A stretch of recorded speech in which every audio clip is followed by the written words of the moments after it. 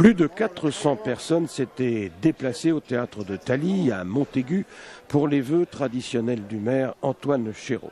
Devant une salle comble, ce dernier a rappelé les atouts de la commune et les projets pour la nouvelle année.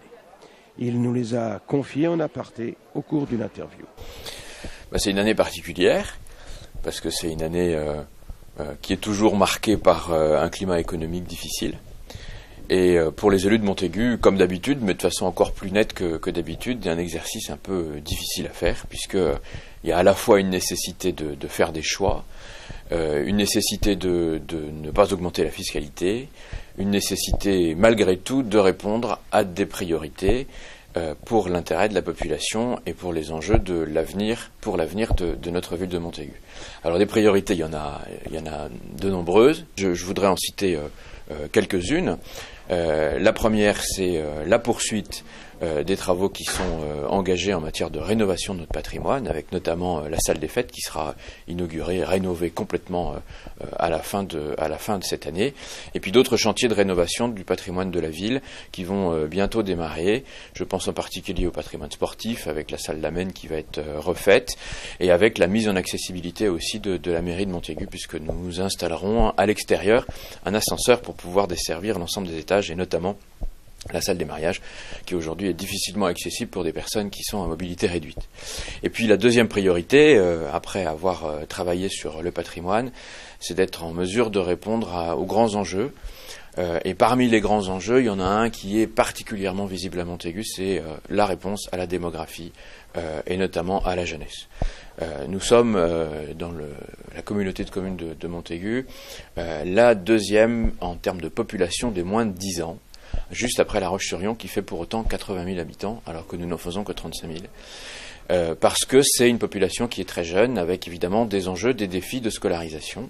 Il y a beaucoup qui a été fait déjà en matière de primaire, mais maintenant c'est les collèges et lycées, qui sont certes de la responsabilité du Conseil général et du Conseil régional, mais nous devons accompagner cet ensemble-là, notamment sur le plan sportif.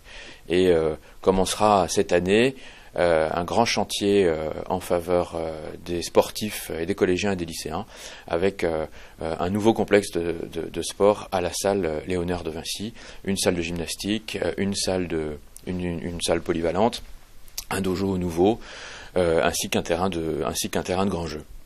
Alors vous êtes aussi, on ne pourra pas évacuer la question, le président de la communauté de communes, Terre de Montaigu, et de ce côté-là, est-ce que justement à la fois cette bonne nouvelle de l'émancipation de la population va également poser problème?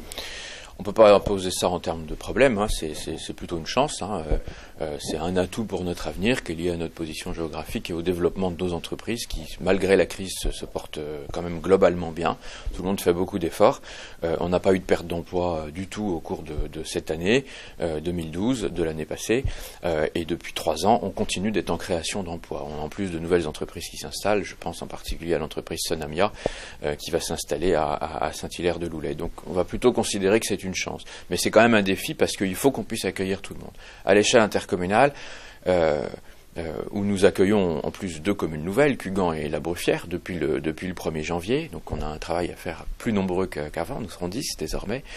C'est aussi des préoccupations en termes d'urbanisme, parce que accueillir du monde, c'est très bien, mais il ne faut pas que ce soit au détriment de l'agriculture. Et il va bien falloir que nous nous mettions d'accord sur un schéma directeur, ou en tout cas des grands principes d'urbanisation qui soient concertés et sans doute plus volontaires qu'ils ne le sont aujourd'hui. L'attention du public au cours de cette cérémonie des vœux 2013 prouve, s'il en était besoin, l'intérêt des citoyens de Montaigu pour l'avenir de leur ville et de leur communauté de communes Terre de Montaigu. En attendant la réalisation des beaux projets pour les mois à venir.